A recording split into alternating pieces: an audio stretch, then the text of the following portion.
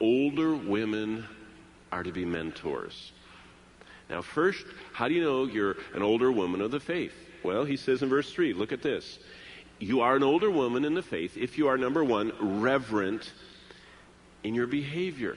That's the first quality. That's the first step. If you want to say steps, it's the first thing on the to-do list if you want to do that. It's God's first desire. Reverent in behavior. The Greek word translated reverent is used only here in the Bible. It conveys the idea of priest-likeness. A priest. A priestess, literally. A woman priest. That word is acting as a representative of God. It's the word Paul used to describe the devout and godly character of this Titus 2 woman. That just means that this woman had presented herself to God as a living sacrifice. She was presenting herself as an offering of worship to God. So reverent in behavior is living out Romans 12, 1 and 2. So the first qualification is godly women that are mentors are already having presented themselves reverent in behavior, saying, God, I've yielded my life as a living sacrifice. I want to be holy and acceptable to you. I know that I'm saved by your grace, and I know I still sin. I know I still struggle with my flesh. But as for me and this body of mine, we are completely yielded to you. And when I'm not, I ask for your forgiveness and cleansing, and I will go on.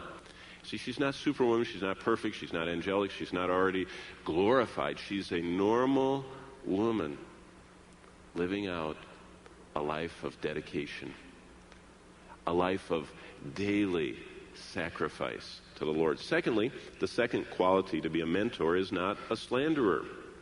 In verse 3, Paul turns the spotlight on the hardest member of the body to control. According to James, it's the tongue.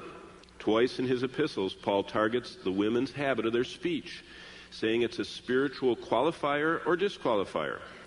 Though it's a universal problem we all face, Paul specifically says to women who want to serve in Christ's church, guard those tongues. In fact, whenever he's talking about spiritual leadership with the women, he always brings this up. 1 Timothy 3:11. He even says this, the same way also their wives are to be women worthy of respect, not malicious talkers. So a spiritual leader's man's wife disqualifies him if she's a malicious talker. So this quality is so important.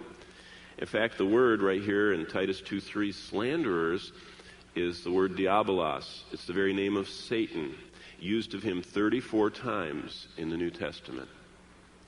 And this verse says, don't let the quality of Satan, of your tongue being a tool of the devil, be characteristic in your life. Satan has been a false accuser, and so each time he incites a believer to do the same, they are doing Satan's work. Satan is the ultimate source of all evil, the root of all wrong behavior, and since James says the tongue is capable of causing great evil, Satan is close at hand. So godly Titus 2 women are never to surrender their tongues to the devil.